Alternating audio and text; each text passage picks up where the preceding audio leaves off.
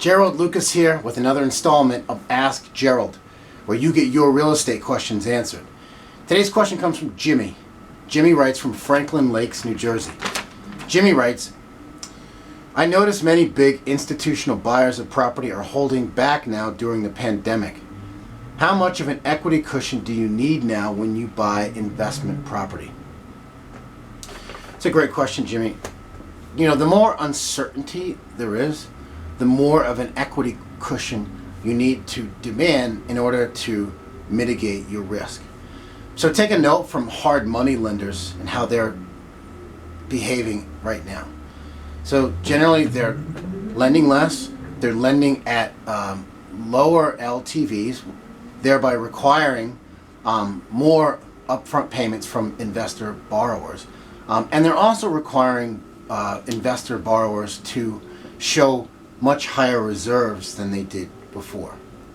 So the more uncertain you are about the true value of a property or any asset, then you know the lower the price you should offer for that asset.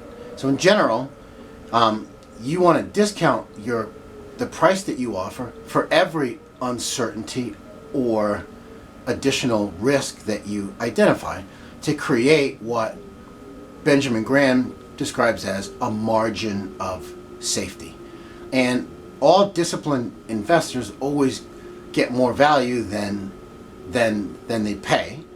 And right now, with over 40 million people unemployed and all the business disruptions as a result of the coronavirus pandemic, it's more difficult to accurately value residential property right now than it was 6 months ago.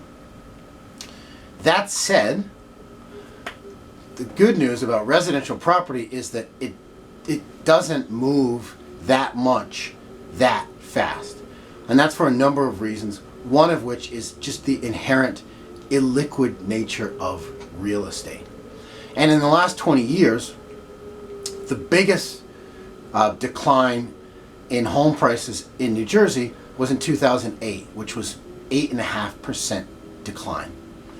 So going forward, I think that you should require an additional 10% or more of an equity cushion when you make purchase offers to buy residential property right now.